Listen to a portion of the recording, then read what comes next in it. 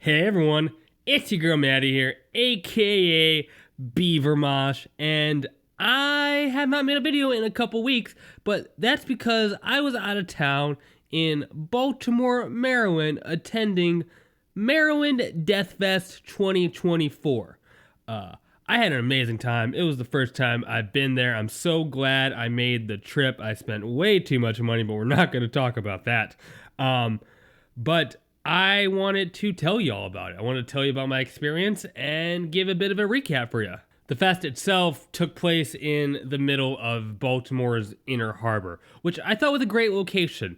It felt spread out enough and free, but not too big to where everything took forever to reach. It was just kind of the perfect sized festival area. It was also pretty well organized, in my opinion. Basically, the first night you get there, you go to this tent where they scan your ticket and they give you a wristband, and that's all you need for the rest of the fest. And the wristband, you just hold it up at every venue and every merch area, and you're good to go. There was no really waiting to get into anything. There was multiple security checkpoints set up. Security was relatively chill. It went smoothly.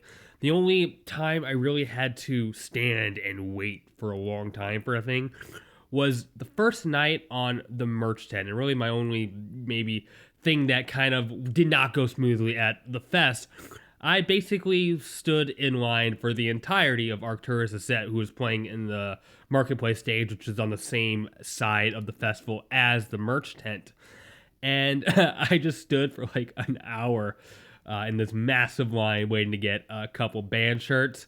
But that seemed to clear up the next couple days. I don't know if they maybe found a better system or if the demand just dropped and everyone got out of the system the first night, but that was the only time I experienced any sort of line at the festival whatsoever. If you're thinking of going next year and you're wondering, well, I want to have bars, I want to drink there, well, I gotta tell you, do not worry. There are so many bars set up, lots of bars, many bars, probably more bars than bands set up. You can get your beer. Don't worry about that.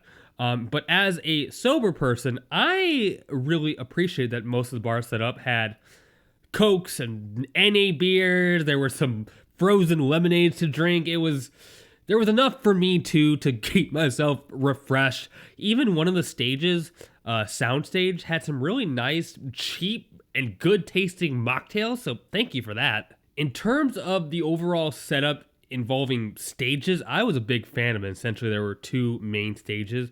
One being the marketplace stage, which was this outdoor open air stage. It was the only outdoor stage at the fest. Most of the festival was indoors. And then there was the power plant live stage, which was like this somewhat outdoor area, but had this large metal tent roof thing, and it sounded great. Something about like how there were the walls and the roof created great acoustics, in my opinion. And then the other stages included Soundstage, one of the venues hosting it. And that venue had mainly all your grindcore, your power violence, your brutal death metal, stuff like that. And then there was Ram's Head, which was my particular favorite venue of all of them. That venue hosted more of your black metal, your doom metal, some more atmospheric stuff. And to my understanding, it was a new addition this year. Something that I thought was really cool was there was this bar, the Angels Rock Bar, which hosted a number of local bands local to the DC and Baltimore area. And I actually went on my way to catch a few sets there that I was actually looking forward to, of bands that I think are great, those being Nuclear Tomb and Ninth Realm, and both of those bands killed it. Now let's talk about bands. One of the earliest highlights on day one for me was Fossilization. They're one of those cavernous, like, death doom bands. Put out a killer album last year, and their set was demanding. It was crushing. It filled the whole Ram's Head venue with dread. I stood up in the rafters. I liked that Ram's Head had, like, multiple viewing angles. That was pretty cool. Also, Ram's Head coming in clutch with some cheap snacks when all the food outside was pretty expensive. Ram's Head offered cheap slices of pizza and pretzel bites, and hell yeah, that was super cool of you. I want to talk about Stabbing, a band I definitely anticipated catching at this fest.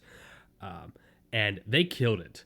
They got the crowd into it, very energetic. The vocals were insane. I only see this band growing and becoming more and more in demand for festivals to book, for them looking more for more of these brutal death metal bands. The buzz around Stabbing is going to continue to grow. Chithilis's set was unhinged as well, one of those kind of dissonant death metal bands. Their set was perplexing. It was heavy. They haven't put out music in a while, and I hope that changes. I'd really like to hear a new record from them at some point. The big draw for that night was obviously Sodom, who played the entirety of their Agent Orange album, which was something I get to say I saw. That's incredible. And for those who attended the festival's pre-fest show, I did not get to go to that, but for those who did, they got 2 nights of Sodom. Damn. And it was so great getting to shout along to these classic tunes from one of Germany's greatest thrash bands of all time. I tried to kind of stand in the middle of the crowd before their set started, but once they started playing, this pit opened up, and I just happened to be in that spot, and I got catapulted to the front, and that's where I stayed for the rest of the set, and honestly, not a bad thing. A couple early highlights for me on day 2, one being One Master, a band I wasn't super familiar with going to the fest, but I did listen to them prior to attending, and I dug their music, and their set was really fun as well. Straightforward black metal done really well. Then, of course, Defeated Sanity was bonkers as expected. The crowd really dug it. It was just a great time. Aura Noir came through with a vengeance. I love how they tell the crowd, "We are Aura Noir, and we are the ugliest band in the world." It's super funny. And they played at the Marketplace stage, which was kind of at the edge of the festival grounds, and anyone can kind of get up to the fences right there.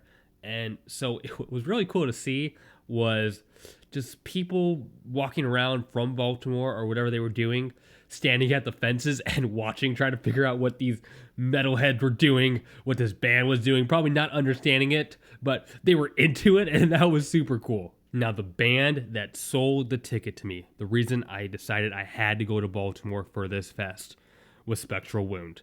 And holy shit, did they deliver. I was in the front row. I made sure I got to their set early so I could be right there. They were in Ram's Head, which I think was the perfect venue for them.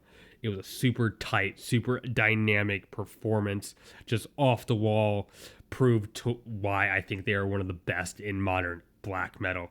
And it was so captivating and off the wall that, to the point, and I'm not making this up, I promise you, this happened. I saw this. As Spectral Wound finished their set and walked off the stage, I turn around to get to the next band, and right there in front of me in the pit, and like I said, I've never seen anything like this before. People were bowing. A whole line of people in the pit on their knees, bowing up and down. It was great to get to see Agalloch. The set was majestic. It was haunting and beautiful as you might expect. They sounded phenomenal. My only complaint, and it's not their fault, I understand why they were on one of those main outside stages, why they played Marketplace, but I think their set could have been a bit more affecting if it was in a more intimate venue. Maybe have had them be the Ram's Head headliner, but that's just me. Still fantastic performance, and I'm glad I got to see it. Now, Ahab. Woof. From what I understand, and I tried to confirm this to the best of my ability, and I am 95% I am correct on this, it's their first U.S. performance ever, and if that's wrong, at least I can guarantee you that them playing the U.S. is very rare, which is wild, but they destroyed that set. It was at the power plant. I felt every note, goosebumps inducing. Their performance was phenomenal.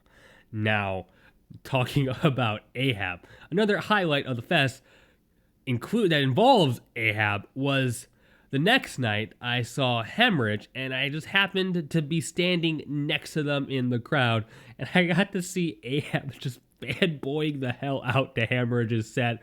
It was so endearing. I want to quickly mention 1349, who closed out Ram's Head on night 2. They did their thing. No complaints. Dark, captivating black metal. Very late at night, but they took full advantage of it. Day 3, Yellow Eyes.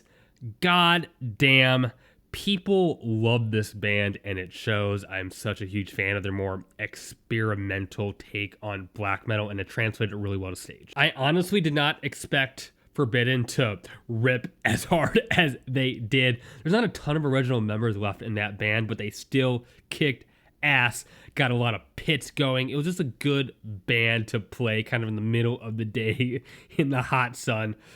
Great to see some old school Bay Area thrash at the fest. Like everyone there, I was very excited to see Dismember, and they sounded good. It was crisp, it was electrifying, the whole crowd was into it, which added to kind of the overall experience.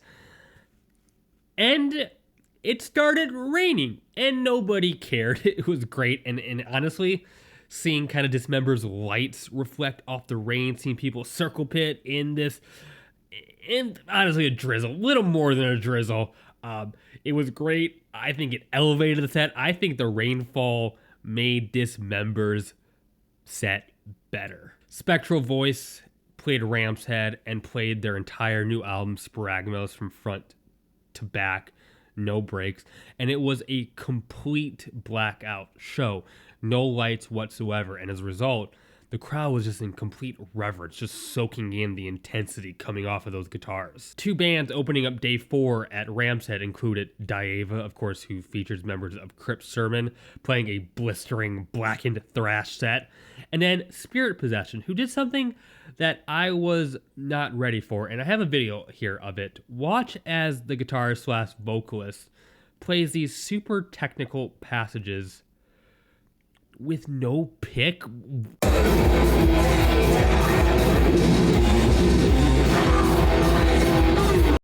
What? It doesn't even look real. I sadly did not see Cryptopsy.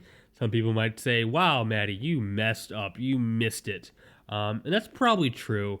And I probably would have saw Cryptopsy, but I couldn't because I really wanted to see Sinmara, a band I want more people to talk about. A fantastic Icelandic black metal band. Their set was cold.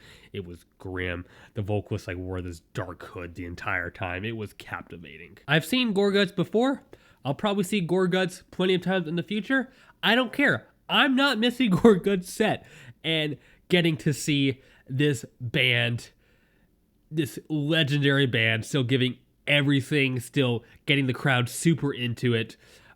No complaints there. Lastly, I want to talk about Archgoat. Evil friggin' performance, scary ass corpse paint, intimidating jackets, nasty riffs, everything you expect. They played at like midnight, which was perfect.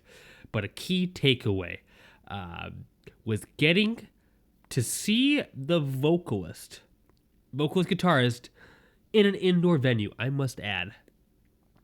Smoking a cigarette while doing vocals, I have nothing else to add. And in conclusion, I had an amazing time. I saw so many bands. I saw more bands than I actually talked about in this video.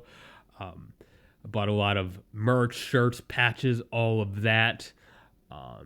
Thank you to everyone who approached me, recognized me from my Twitter or recognized me from YouTube, said they loved the show. It was more than I expected, which meant a lot to me. It was just quite the experience. I would love to be able to go to this again, maybe in 2026. I'll consider it. But yeah, if you were there, tell me how you felt about the fest. If you shared some of the similar experiences. So, hey, that's my video. My name is Maddie, aka Beavermosh. I have a Twitter you can follow. Link to that is in the bio of this YouTube channel. Leave a comment. I love getting to engage with those. Thank you to my patrons. Yes, I have a Patreon that you can subscribe to. I put exclusive content there every month, but no pressure to give. I thank you for watching this video. I'm just so excited you're here. Hit the like button.